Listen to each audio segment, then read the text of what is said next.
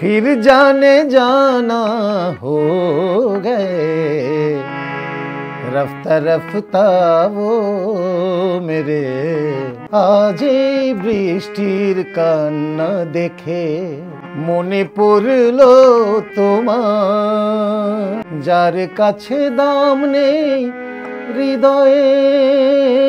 এখনকার শিল্পীরা খুব একটা চর্চা করে না, হয়তো ভিউয়ার্স পাচ্ছে, অনেকে ভাইরালও হয়ে যাচ্ছে, কিন্তু সেটা টিকছে না। আমার মায়ের খুব অনুপ্রেরণা ছিল আমি গান করি, তো যে কারণে আমাদের বাসায়ও একটু গান বাজনার চর্চা হতো।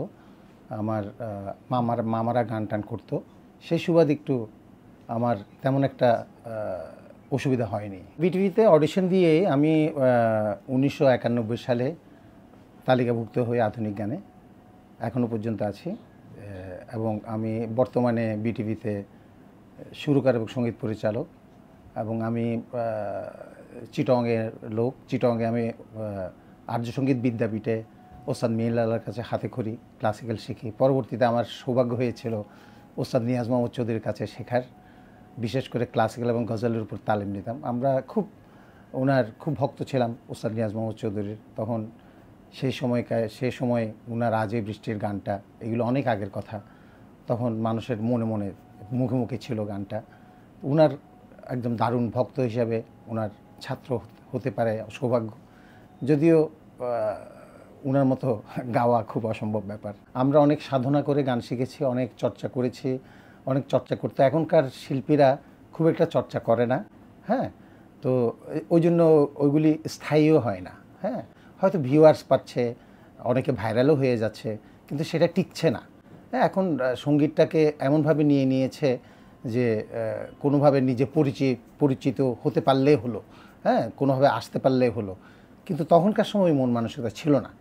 আমার লাইমলাইটে আসতে হবে এমন না, কিন্তু গানের প্রতি আলাদা একটা শ্রদ্ধা ছিল, এবং কেউ গান শুনে যাতে বা বলে, এবং ভালো শুদ্ধ গানের ইয়ে ছিল। হ্যাঁ, এখন কিন্তু গান বাজনার মধ্যে কথারও সমস্যা আছে, সুরেরও অনেক সমস্যা আছে, প্রচুর যন্ত্রপাতি ইউজ হয়, এই সমস্ত ব্যাপার স্যাপার যেভাবে নিচ্ছে, হয়তো আস্তে আস্তে সামনে আবার আগের ধারায় আমরা চলে আসবো, এটাও আমরা দেখতে পাচ্ছি। কারণ এখনকার টিনেজ ছেলেপেলেরা যেভাবে আমরা যে ক্লাসিক্যাল সংগুলি, বিভিন্ন সুফি সং যেগুলো হয়, এই যে কোক স্টুডিও থেকে যেগুলি ওরা শুনছে, ওগুলি অনেক কঠিন গান, ওরা কিন্তু এগুলো লাইক করছে।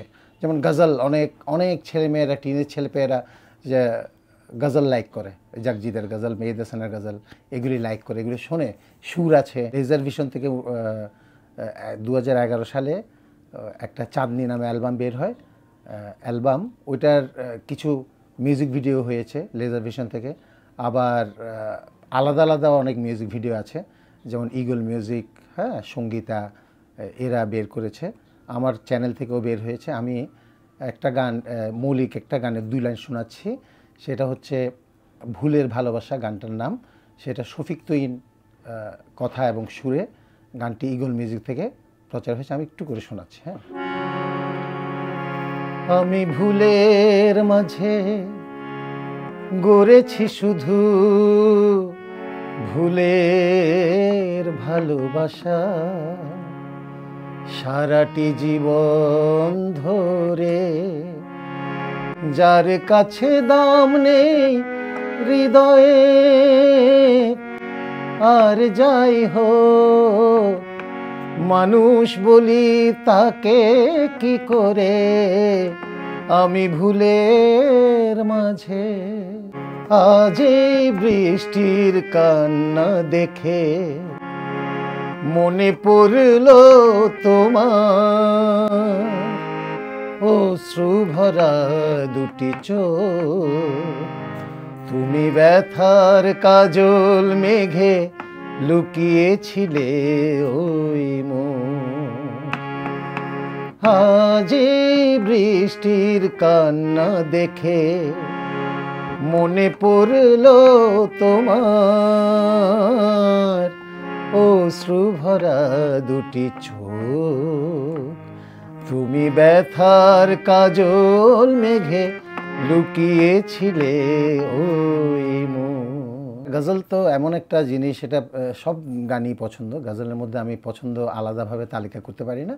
তবে আমি ওই ওস্তাদজির কাছে, নিয়াজ মোহাম্মদ চৌধুরীর কাছে শেখার সময় উনিও তখন গজল গাইতেন, তো ওনার থেকে কিছু গজল শিখেছি, মানে ওই থেকে গজলের প্রতি আমার ইয়েটা আসে। হ্যাঁ, আচ্ছা, আমি একটা মোটামুটি মোস্ট কমন একটা গজল শোনাচ্ছি। পহলে যা ফির জানে যা, फिर जाने जाना हो गए, रफ्ता रफ्ता वो मेरे हस्ती का सामा हो गए।